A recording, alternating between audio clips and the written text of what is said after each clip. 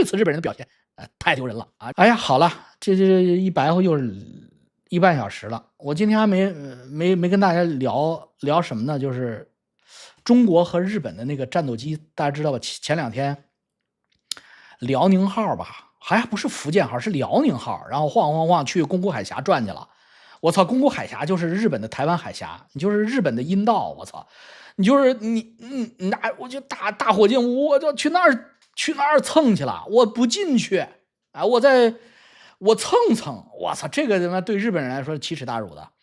然后日本果然起飞2架日本的飞机啊，好像是 F-15啊，去跟踪。结果辽宁舰上起飞2架歼15，歼15的综合性能要远远超过日本版的 F-15的。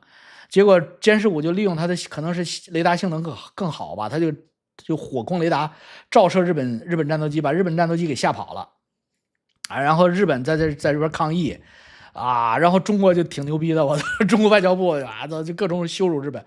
我去你妈！日本太丢人了，为什么呢？就第一，你应该启动 F-35去看，第二呢，你要是想真干你就干啊，他拿火控雷达照你就拿火控雷达照他，那不能他一照你就跑了，那说明日本人还是怂啊。这就当然我是华裔，但是我乐见其成，但是我一想日本人真他妈是怂。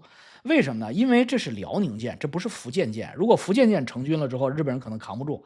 辽宁舰大家知道，我跟大家讲过，辽宁舰的问题很大。辽宁舰它是滑壳起飞的，它那个起飞速度啊和起飞战斗机的这个频率都很低的。辽宁舰平均半个小时起飞一到2架飞机，也就是说，你把它这2架打掉以后啊，半个小时之内，辽宁舰的第二架和第3架和第4架飞不起来。哎呀，它紧锣密鼓能飞出来个2、3架，所以你打它，你怕它啥呢？我操，它又不是说它舰载，比如说它有20架，它飞不起来，不就跟没有一样吗？它必须要提前准备，我操，哎呀，好几个小时才能飞起来。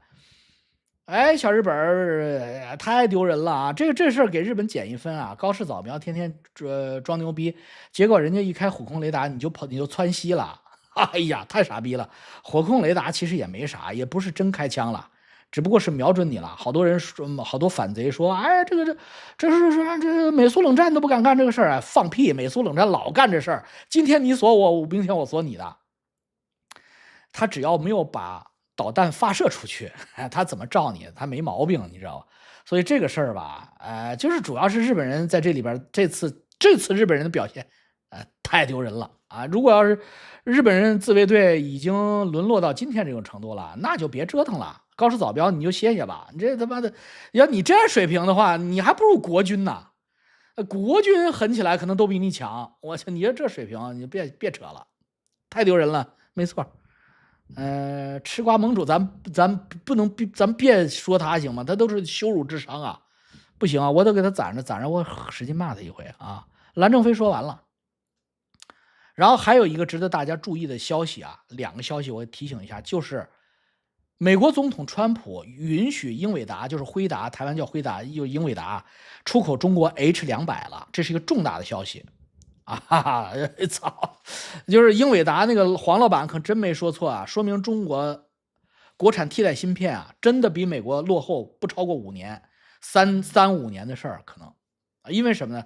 因为中国现在最快的是华为的叫升腾 910C，910C 那比 H200那肯定是差远了，要不然的话，那美国也不会拿这制裁你啊。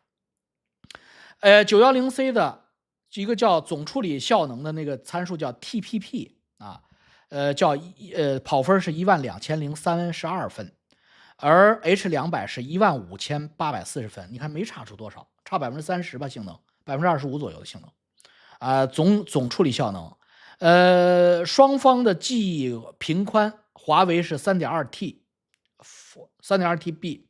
那么华为 910C，H200 是 4.8TB， 这个差多一点，这个差40%到50%，性能就差这一点啊，所以国内的其他的寒武纪和海光还不如华为，所以呢就更差一点。那么第二个问题，第二个有意思的话题，咱们理工男对这个感兴趣。那么英伟达的 H200 是最先进的吗？不是啊，因为它的架构是上一代的基于 Hopper 的架构。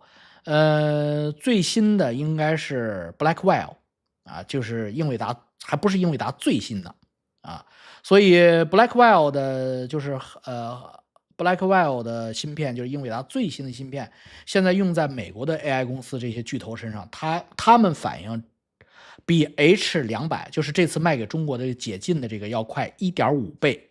那数据就出来了，H200比中国目前的快1.5倍，然后美国最快的又比 H200快1.5倍。那么中国和美国之间的差距，其实如果按照芯片迭代速度来说，并没有太长的时间啊，这是一个很值得重视的新闻。这一次中国和美国的冷战不同于美国和苏联，